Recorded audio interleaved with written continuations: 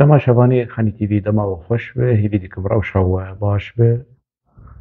ji ber rewşekî awarte xeleka hefteyê derbasbûyî min netkarî bû wis amade bikim lê xem nake di vê hefteyê de em bi hev re ne mijarê me jî pir in Xwedê derfet û dem bidime ku em karbin van mijarêhan di vê xelekê de hemû bi hev re parve bikin vê carê xem nake qehwe dibe çay dibe cappuccino dibe çi dibe hûn dikarin hazir bikin ji bo ku em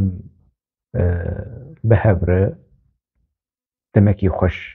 û bi sûde û bi wate derbas bikin.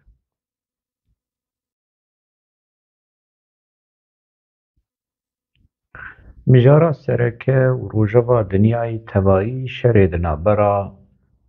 İsraîl û Îranê de ku li ser erdê Libnanê niha heye aliyê Îranê Hezbollah e û ji xwe İsraîl bi hemû hêza xwe û giraniya xwe derbasî vî şerê bîye ji sînorê Libnanê derket êdî xelk li bendê bûn ku Îran kawê çi bersivê bide Îran bersivê da di sid füze şandin İsraîlê ka hala wê İsraîl çi jî Îranê re bişîne êdî xelk û dinya û civaka navnetewî Kurd jî nav de li vê dîmena bi xwîn û bi agir û bi kuştin û xerakirinê lê temaşe dikin de wekî zorakî bibe. Li gorî me yanî şer li hemû deverî ez dijî şerim yanî şerê ku li Kurdistanê be li derveyê Kurdistanê be. Dema me re li dijî şer bi di hundirê Kurdistanê be şer li kî derê bi qewime me re gerek me re eger prinsîp hebe gerek me re li dij be me re nebêje wala tu problemê me bi İsraîlê re tune İsraîl ne dijminê me ye û gerek em piştgiriya İsraîlê bikirin apûçî bêjin apûçî jî wekî di xeleka derbasbûyî de muradkara îlan digot gerek em şerê Îranê nekin ji ber ku em şerê Îranê bikin dikeve xizmeta Siûdiyê û dikeve xizmeta hêzên li dijî Îranê li ber siva muradkara îlan di xeleka derbasbûyî da apûçî jî bi vî mentiqê hanê fêm dikin ku Îran dostê me ye û dibe em Îranî biparêzin Qezafî dostê me ye dibe em Qezafî biparêzin kî gepek nam bide apûçiya fîşekekî sîlehekî bide apûçiya tu dibe qey apûçiya dikire apûçî êdî parastina wî dikin li gorî me ev şer ti berjewendiyê Kurda têde tune ez wilo dibînim yanî Îran li hemberî dewletekî dagirker e rejîmekî dagirker e lê di nava vî şerê hanê qurbaniyên sivîl hene yanî qurbaniyên sivîl dibe ku li Îranê ev qurbanî çêbibin ez li dijim yanî ez ne wekî kesekî şerxwaz û ez wekî siyasetmedar rabim bihaneya jêr bibînim û dema ku ez ne ku ez parastina rejîma Îranê a dagirker dikim tiştekî wilo tune û ez nikarim parastina İsraîlê jî bikim her du alî yanî İsraîl jî eger ne dijminê Kurda be ne dostê Kurda ye tiştekî ji destê İsraîl di nava civaka navnetewî de ji bo xwe dikare her tiştî bike lê ji bo Kurda tiştek nekiriye yanî di çîroka referandumê derbas bû çawa niha İsraîl xwe diparêze û li dervayê civaka navnetewî şer dike û gelek qanûn û zabûnên navnetewî bin pê dike ji bo Kurda eger Kurd wekî dost bidîtana eger Kurdistan wekî dewletekî dost bidîtana gerek piştgiriya Kurda bikirane nekir êmiz kengî ez dikarim bêjim dost dema tiştên wilo berbiçav û zelal û di ser asta navnetewî xuya be yanî ew ê çavê كومنتكي يانجي داخويانيكي يانجي قنالكي تي في إسرائيل بخشي بحثا كردا بك ev yani bêkêrî yani tu hataya wê ti encamê wê ser asa navnetewî çi ne yani kengî ku min dît İsraîl bi xurtî wekî meselekî stratejî ji xwe bibîne avabûna dewletekî Kurd î serbixwe wê çaxê me bêjin bi rastî İsraîl dostê Kurda ye û kî kevirekî bavê ji İsraîl davê ji Kurda heta niha tiştekî wilo tune ye ez ê ji ber çi İsraîl biparêzim ez ne İsraîl diparêzim ez ne Îranê diparêzim her du jî li nava şerekî de ne ji bo berjewendiyên xwe alavên vî şerêhanê hene alavên İsraîlê hene çekê wê heye dewletekî xurt bihêz e piştgiriya wê navnetewî heye ji aliyê Amerîka ji aliyê Ewropa ji aliyê NATOyê her wiha alavên Îranê jî hene piştgiriyê Îranê jî hene çekên Îranê jî hene li nava vî şerêhanê de rojhilata navîn li nava yani xwîn û rûxandin û penaberî û tiştên pir nebaş yani jiyanekî pir nebaş ev kesên ku niha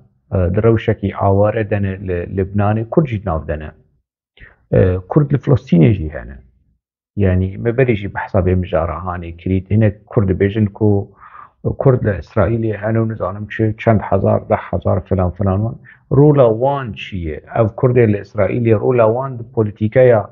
İsraîlê de ji bo xurtkirina piştgiriya Kurda çi ye ne ku çend Kurdên cihû ê li İsraîlê govend û dîlanê xwe bi Kurdî çê dikin ez çi bikim ji govend û dîlanê wan yani ez çi bikim heta ku ev kutleya hanê lûbiyekî çêneke di hundirê İsraîlê di hundirê partiyê İsraîlê di hundirê medya İsraîlê de bigêje qerarekî stratejî ku bê vegir piştgiriya Kurda piştgiriya dewletekî Kurdî piştgiriya statiya Kurda yani Îranê li Kurdistanê dixe İsraîl eger Kurdistan wekî dost bidîtane gerek ew jî qebûl nekirane çawa ku niha Îran Hizbullah dost dibîne ji bo Hizbullah bersivê dide çawa ku Hemas dibîne Îran bersivê dide İsraîl bersivê nade ez ê çawa yani çawa ku Îran li Hemas û li Hizbullah dinere İsraîl wilo me nanere li Kurda wilo nanere yani ez ê ser çi esasî wî bikim dost ne dost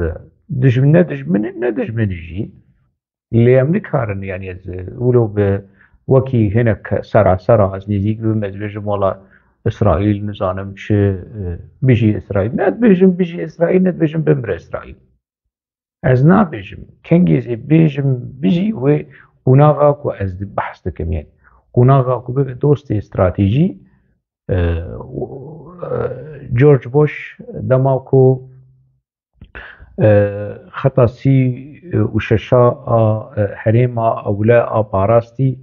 ji bo Kurdistana Başûr çêkir me got eferim George Bushê li dwa George W Bush dema ku Saddam Hüseyin rejima Saddam Hüseyin rûxand û herêma federa a Kurdistanê statiya wê bû qanûnî wê çaxê me navê George W Bush me kir bavê azad kengî İsraîl û Amerîka tiştekî wilo berbiçav ji bo Kurda bikin wê çaxê me bêjin xem nake ser seraser çava heta niha tiştek çi neyê yani ez ne yani wekî hoşeng ez dibêjim ez nerîna xwe dibêjim yani û nerîna min xwe dispêre hinek ergument û hinek tiştên wilo berbiçav ez nikarim bêjim yani eferim ji İsraîl til Îranê dixe ji ber ku Îran dijminê me yî dagirkere Amerîka lê dixe bere Amerîka lê xe lê hin rewşekî taybetî İsraîl heye yani rewşekî taybet heye nahêle ku ez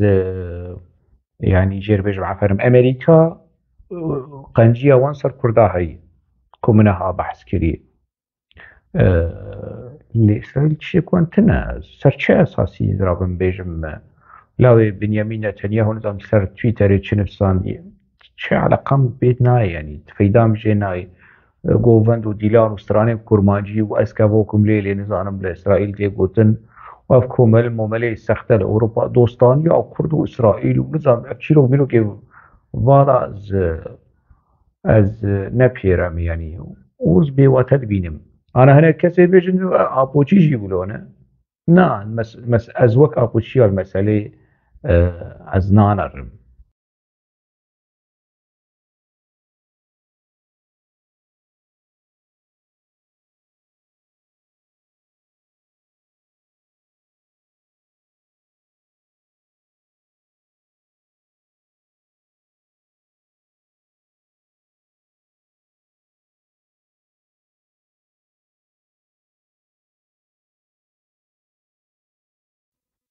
وهموو دیت داخویانیە دەو پارتی چاقلماز پارتی و داخویانیەن پێکێکێژی بلۆ سەلاحەدین دەمرتاش بێرێژی دەما ئیسماعیل هەنیە هات کوشتن ئیسرائیل ئیسماعیل هەنیە لە تەهرانێ کوشت وەکی سەرساغی دەرخست دەو پارتیژی چاقلماز پارتی حەق کردی کۆزبین هەویان دووان بکەم داخویانیەکی دەرخستن سەرساغی دشینن سەر کوشتنا حەسەن نەسرەڵڵا چما ji ber ku ev di aliyê wê hene aliyê ku wilo xwe bi AKP şêrîn dikin ev yek aliyê din jî ku çepgirên Tirkiyeyê genî rola wan di hindirê dew partî de xurt e yani tiştê çoqayîse ev dew partî ber bi tirkîtiyê diçe de ber bi çepgiriyê diçe asta kurdayetî kurdewarî tê de kêm dibe yani niha gelek kes hade dema hilbijartinê xelkê me yên bakurî bi taybet dema dibe dema hilbijartinê û li hade bêdînerin wekî partiyekî kurd çi kurdî tî tê dimayî yani ez rabim merim dengê xwe bidêmê dibêjin alternatîv tune ya mê bidin wan ya mê bidin AKP ya mê bidin Hudapar yani bi rastî ez dibêjim bi rastî û bi wijdanekî rehet û bi kurdayetî di Hudapar de eger kurdayetî biha eger kurdayetî bi zimanê kurdî û mijûlbûna kurdî û nizanim dua û li mêja bi kurdî û tiştê bi kurdî eger kurdayetî bi eger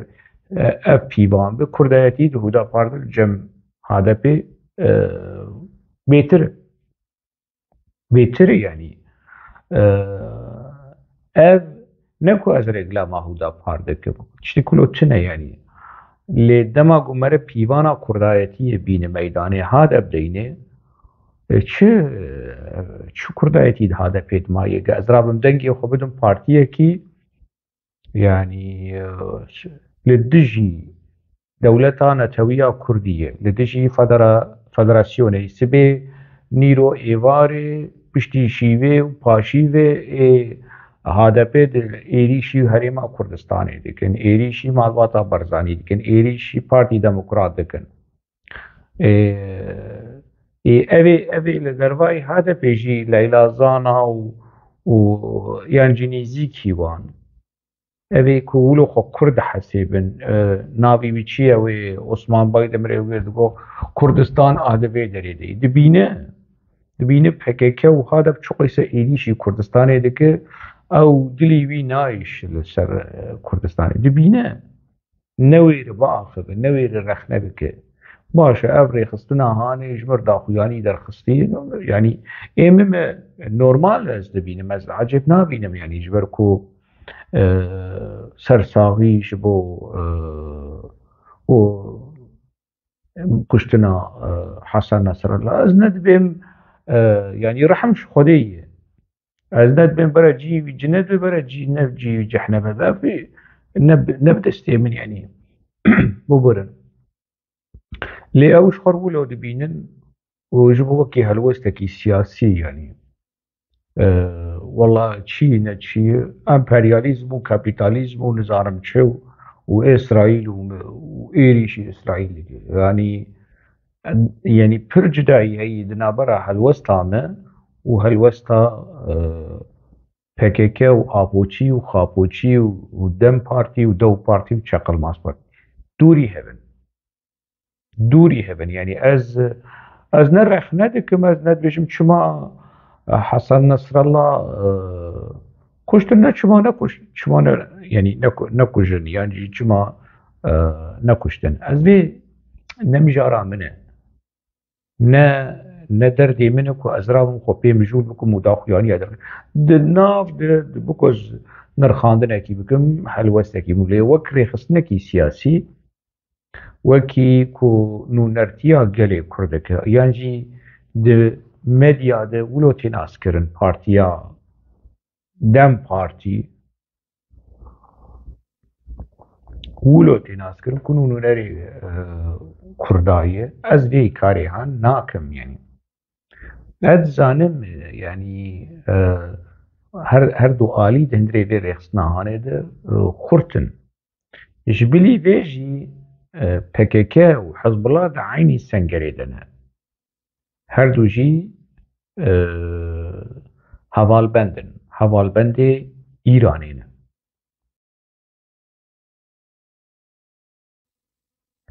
از دماد بیجم که حزب الله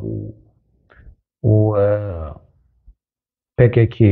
هوالبندن بگو هنه کس عجیب ببینن چوا هوالبندن ريخسناكي تشابقر ولايك وأوجي ريخسناكي أولي شيعية يعني تش علاقة دنا برا هردي هذا علاقة بر PKK كلية وي برجيم إيراني رجيبو دسباكا صالح حشتي وياك حشتي وددو حشتي وسسي هنا حزب الله تشينبو يعني كلية PKK برجيم خمينير بريكو حزب الله تشيبو تثبيتي يعني تكذب وببلجاي يعني او تيجي حتى رجع ايرو هي چه جداي دنابرا PKK وحزب الله ده هي ما مقاله كي ولو بري 4 سالانه بسانده بو بزمان عربي من ريز كربو خالي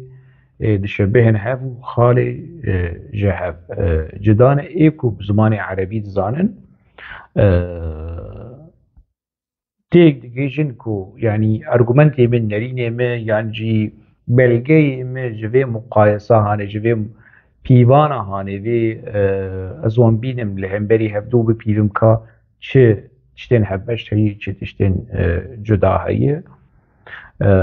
مدوي مقاله ده دوي نویسه ده ريس كرن از نكارم يعني شبركو مقال بچكي دريج نكارم دم کنه کو از دیسا ولو بدفکی دوباره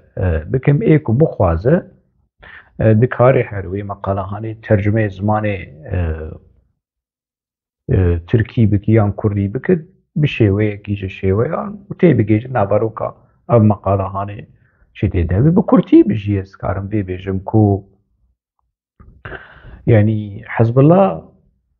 قالك كس جي قطبون اللي حزب الله حوالي خوي اي كوجي جدا ابو قطبون نكشت وانت الصيانك بكاكا ولوكر حزب الله سلاحي خوي لهمبري لبنانية بكاراني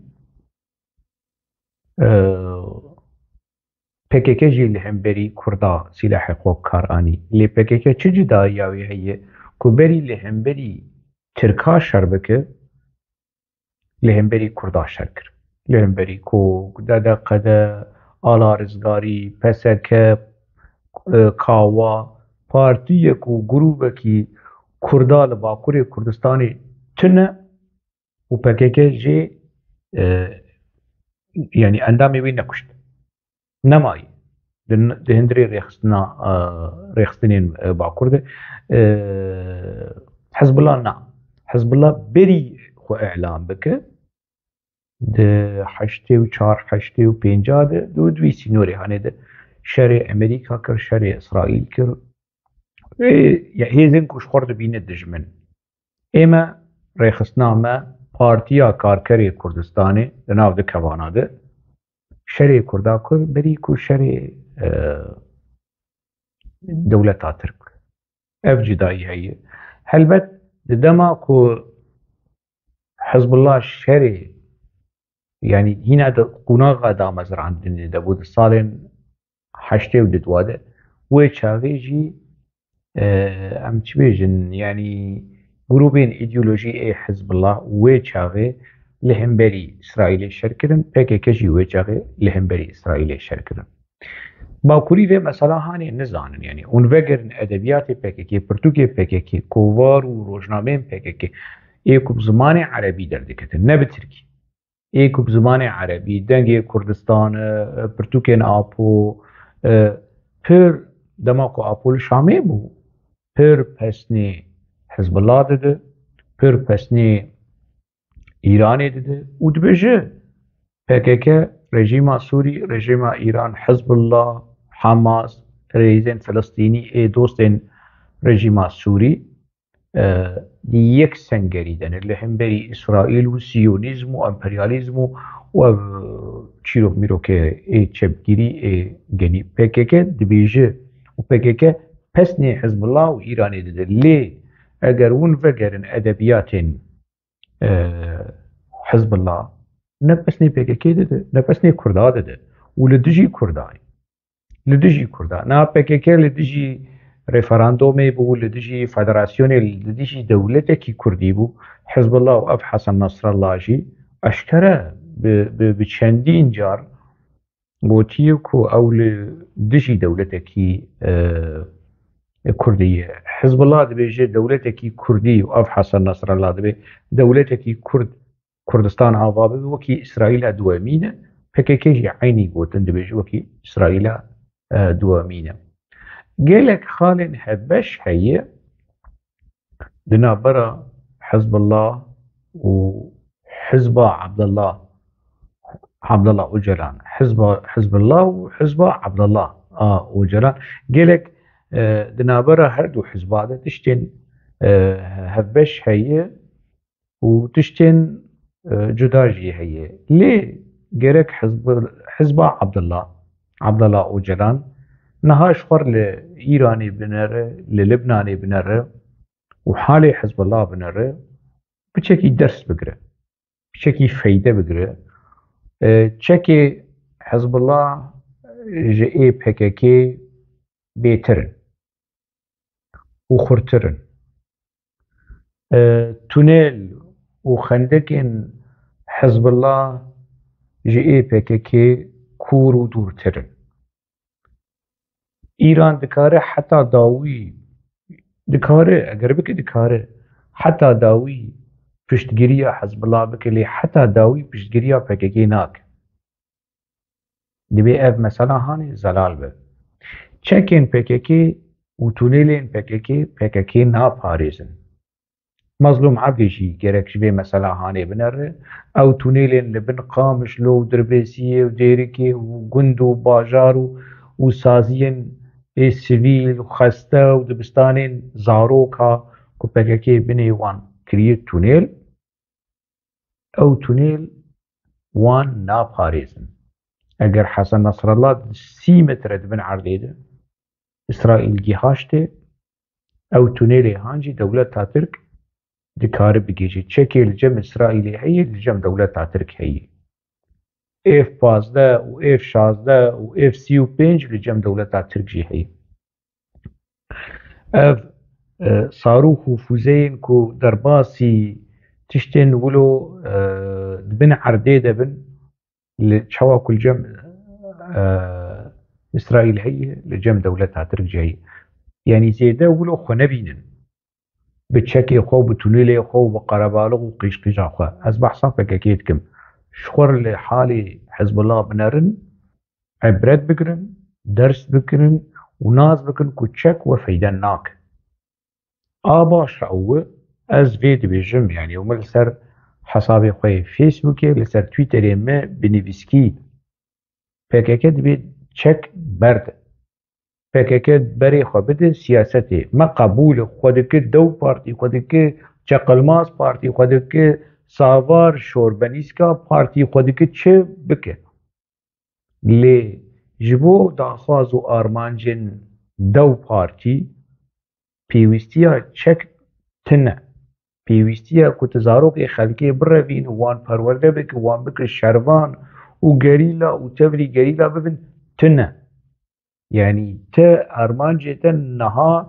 نە ئارمانجێت تەڤگەرە ڕزگاریە نەتەویە ئارمانجا تە نەها نە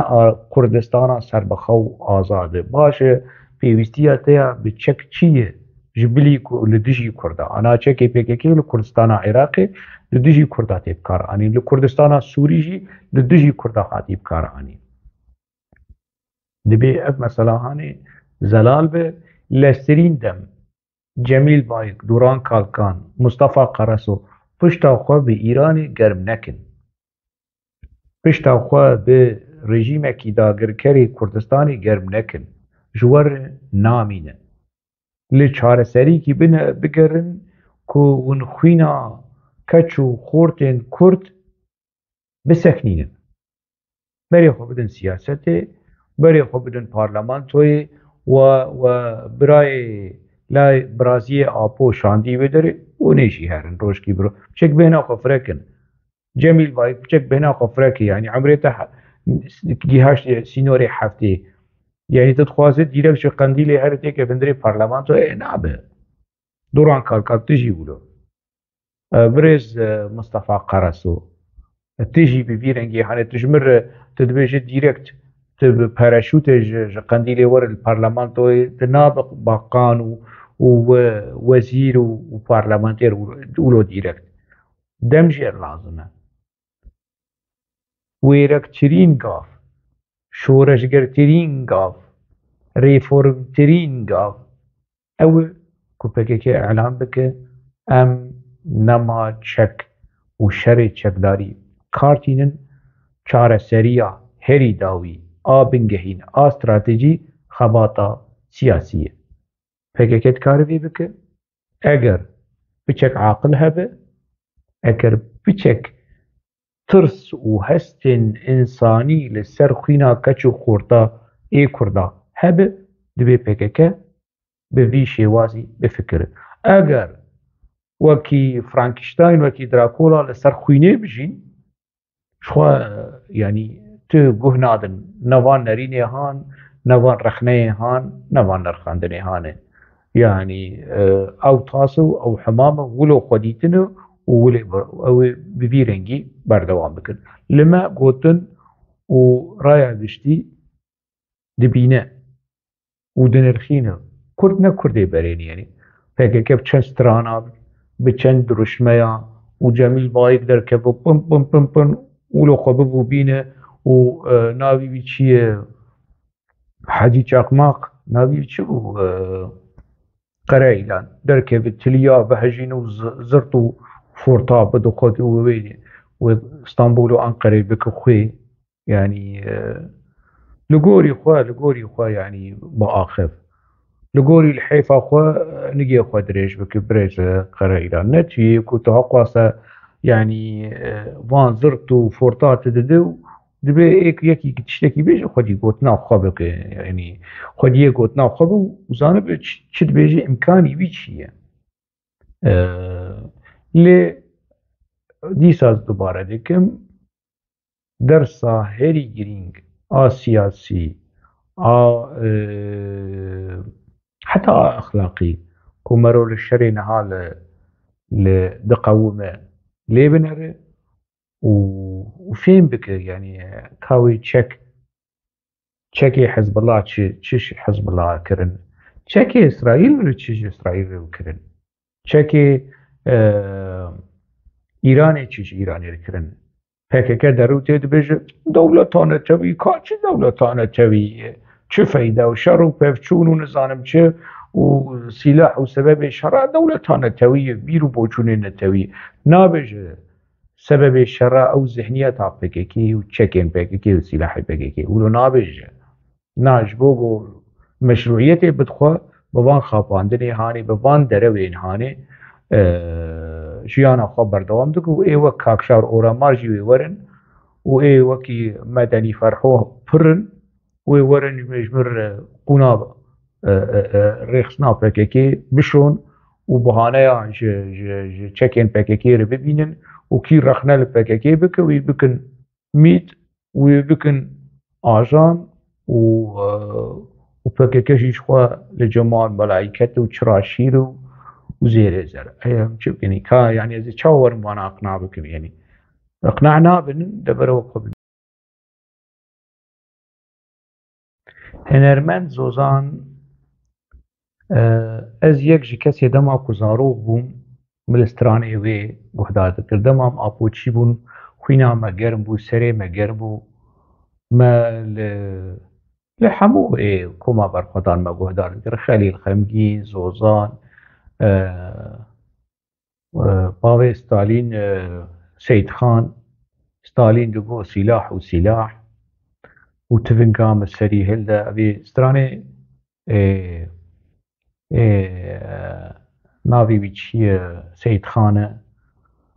کردستان ناوی تا چه شیرینه دنیا عالم دزانه ام شردکن جبوتا رحمتیه چیا اللي استرانين زوزان جي حتى نها دبالا مدية وز برج استراني يعني من حز ذكر دنجكي وي ولو دنجكي خوش نارم وكي ولو دنجكي قديفة دنجكي ولو بالتين وبالشواد هنرمند زوزان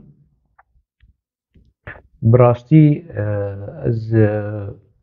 از ليبرين أخرج جيت خوازن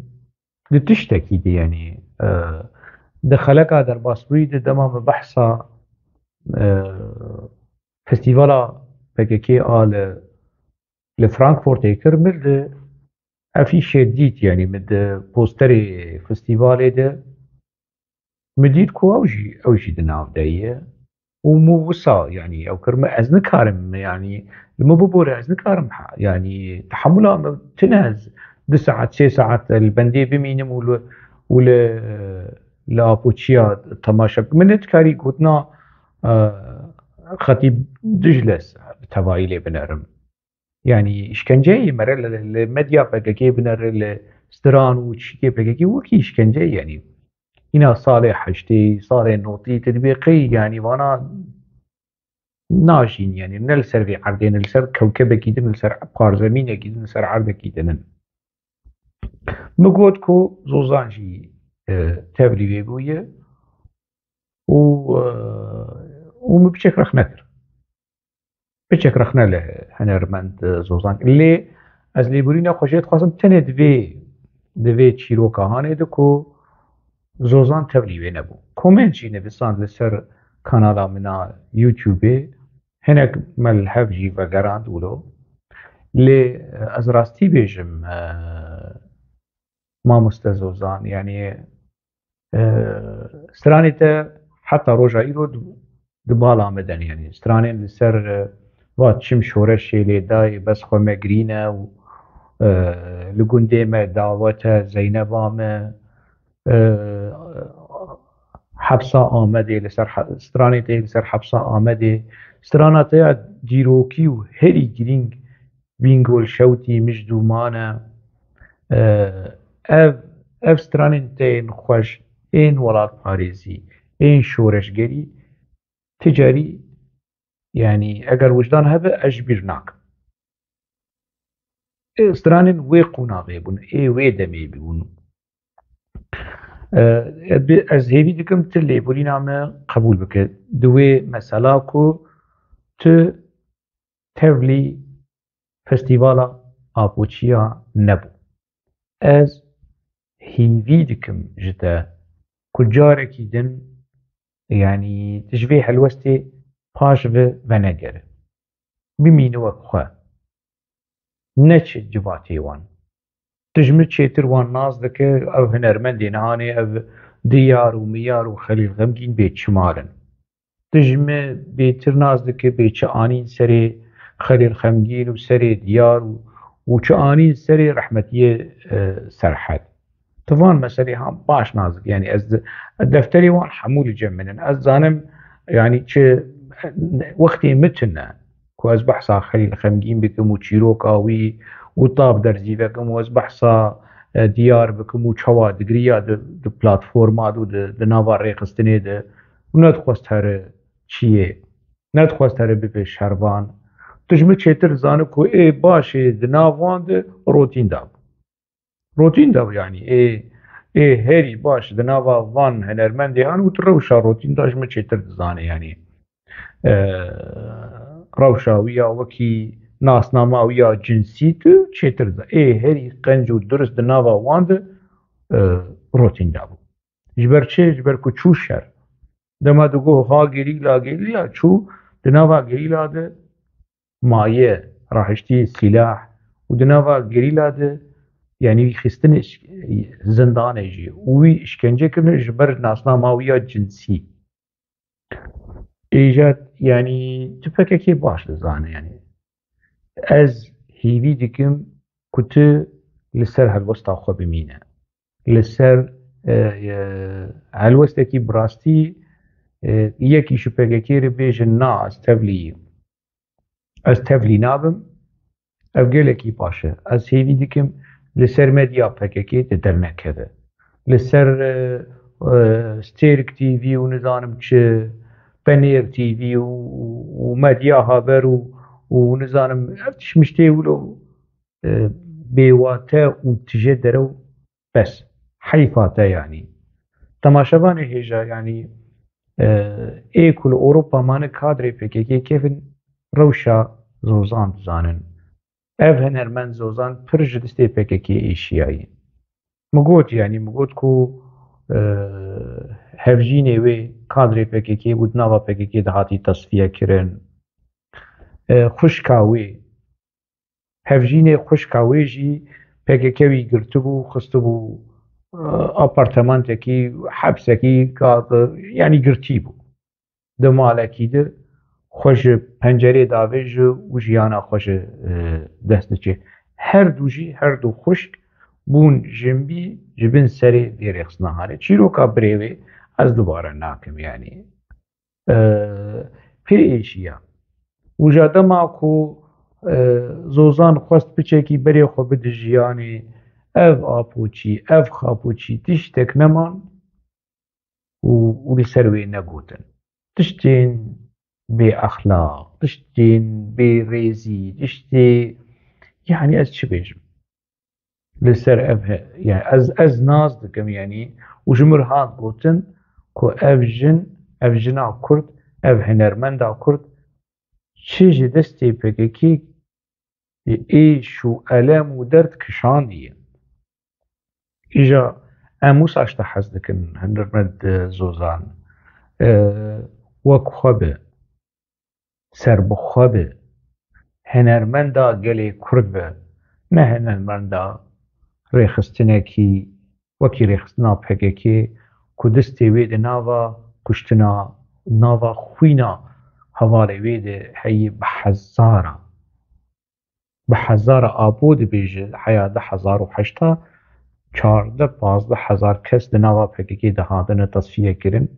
یک جوان يعني از دوباره نکم في مثلا هاني باش زانه جیانکی باش هنرکی باش چی نبیشن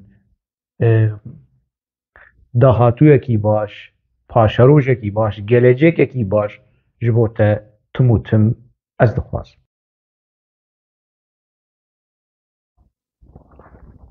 دنوز ایوی مهیده لکردستان باشور کردستان فدره هلبجارتن هی آلین سرکه ایوین هلبجارتن پارتی دموکرات پدکه و برمایین یکیتی نشتمان تشتج یکیتی نشتمان مایه و هزن در دورا و یعنی دجبه هنه دبره هنه دانی هنه انی یکی کردستانی ناسنامه کردستانی خوستک کردستانی بیرو بوچون کردستانی دیروک کردستانی که تمثیل اوی پدکه دکه پارتی دموکرات که و برای دن yani açı beş. Yani dişteki sosyalizmi jid navan ama dişteki çevgiri jid nama yani. Ev alien ko mıxabın تشتيكو براي محمد وجلال طالباني لبش خواهشتن أبن غوران وموران ويكيتين اجتمان وأب تشيروك ميروك إيهاني كو خب إيراني چارنو سا خب إيراني گريدانه وجاب پککی جیر نافت تشتیکو ده نافت تشتیکو شیکیتین اجتماع مایی مالباطا طالبانی مایی اوجی ده بحف کتنه لاغور برای خول عالی کی و بافل برای خول عالی جا تشتیولو جي قرف وحنكي يعني تشتيكو بافل دك يعني افشوا بانا دبن سروك شوا پره يعني پره تشتي ولد تشتي پره كو طالباني وجناوي ج كدا في جلي هاني دزين والبانكي دربا والبانكي هندر و ايراني طوب كرن دكارن يعني نویسکارا جی بکرن دكارن خلکی جی بکرن مخابن هنه يعني ايكو في كسي هانه وكي سروق ببينه انا اسفيم دكم اپوچی چما ولو يترمبا دكن يعني ولو دنا بخينن جبركو ميديا بككي فجرن ميديا بككي هما دين اللاهور شيخ جنگي وني ببينن بري لاهور جي يكيتي قطب به بي بككي حياة چه درجه ولو ويدنا بخاند وكي شورشگر وكي ولاد باريس يدا ديار كرن بشي كو كتين اجتماع قطبو ميديا بككي نما بحثا لاهور كر بري خدا بافل بجبركو ايران يعني اف داخوز ايراني يعني ترجيح ايراني كو بافل طالباني او نونرتيا يكتين اجتماع بك تشتي كو لاهور شيخ جنگي PKK و جميل باي كر و جمهورات قرار اعلان كر شو لاهور شيخ جنگي جي اگر براستي كرد پرور به براستي ولات باريز به و تشتين قريجي نابرا يكيتين اجتماع و PKK دوي اشكره بكش رايكشتي اگر براستي چوا كو نيشيروان مصطفى تشتي جلال طالباني اشكرت كر و جلال طالباني تشتي نيشيروان اشكره كر دبي لاهور شيخ جنگي جي بحثا به چيروكا هاني بك بحثا چيروكا داگیر کرنا کرکوکه بک بچرنگی بو داتای شو عمل باختیار بحث دکه دیمک ده اني هنا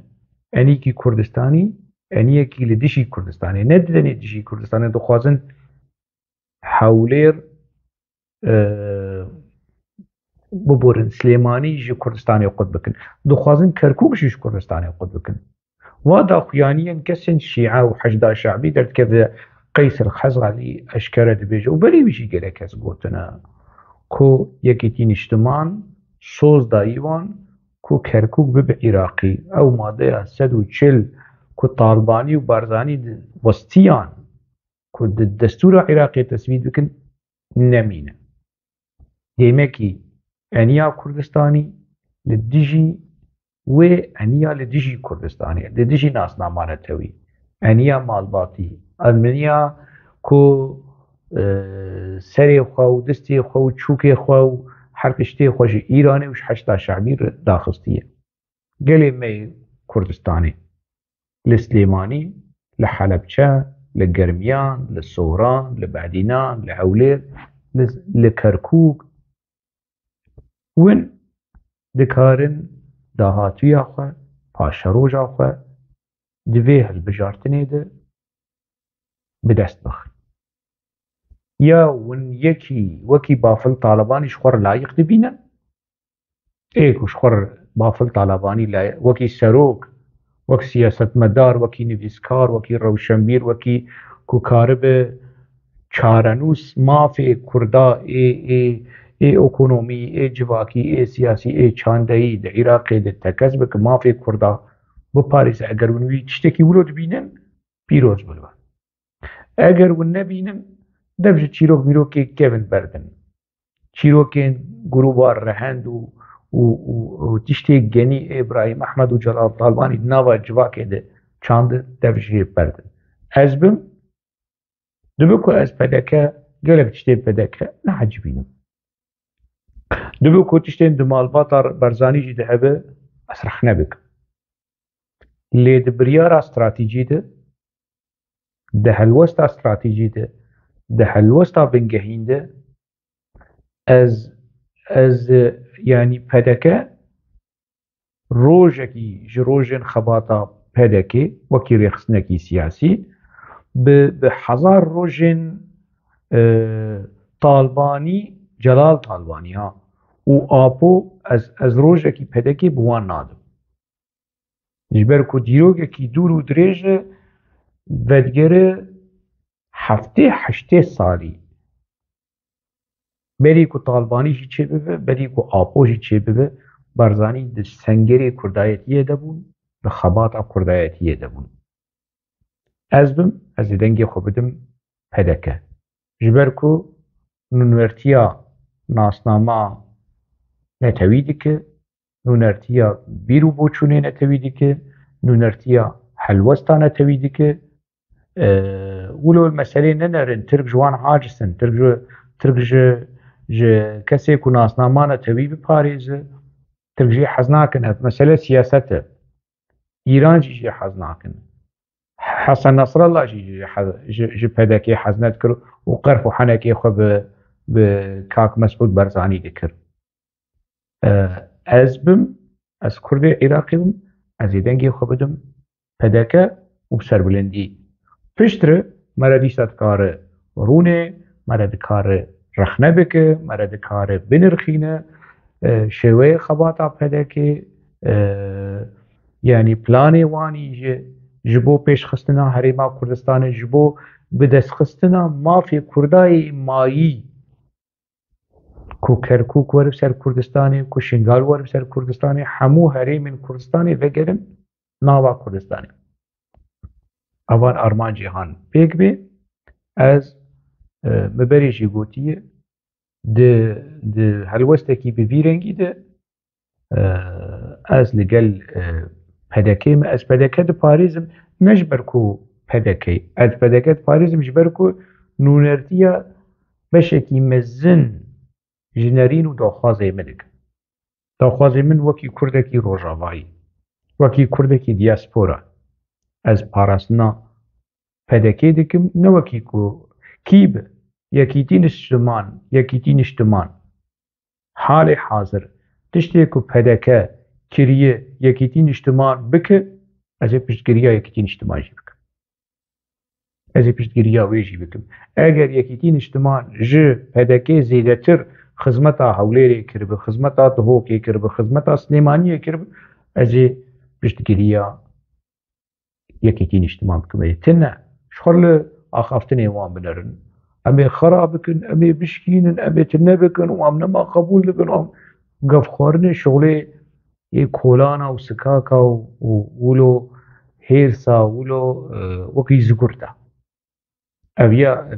از ویناکم شوانه بزنا یعنی ازی سروکاتیا رخص نکی بدیمه یعنی جا زاب خودی نزیک مایه گل کردستان لسلیمانی بری هولیر لسلیمانی بری زاخو لسلیمانی بری دهوک اوی قلافت بافل طالبانی اشکره بکه و به گلو قراسه سروکایه یانجی یک جه سیاست مدارج لرزه اکو اگر ناوی سیاست مدار لوی يعني لايقي نابي كو سياسة مداركي كرد بيعنا زاب خودي دنوزدي تيرمه طباخي ده دنوزدي طباخي ده چند روجن ده پیشیامه اوی گل کردستان گل هریما کردستان برسفکی خوش و گلوفر و زلال اوی بده یکیتین اجتمان و دسريده بافل طالباني وندزانن يعني دولة ترك ببهانة قنديل وشنغالي هريما كردستاني نها لبن داغر كري و ايديشا دولة ترك دير ايرور يعني از نها دما کو از وی خلکی تومار دکم خلک نجندی ایرو 26 آگوستوس 26 تباخی 2024 از ویدیو از جارنا دبینم کو هنک برادر يعني جمر فيديو دشينن كو اف فيديوين هان اف نارينين هان دناوا جواكا كردا دناوا سوشيال ميديا تي بلاكرن خلق وهدار دكن براستي سپاس دكن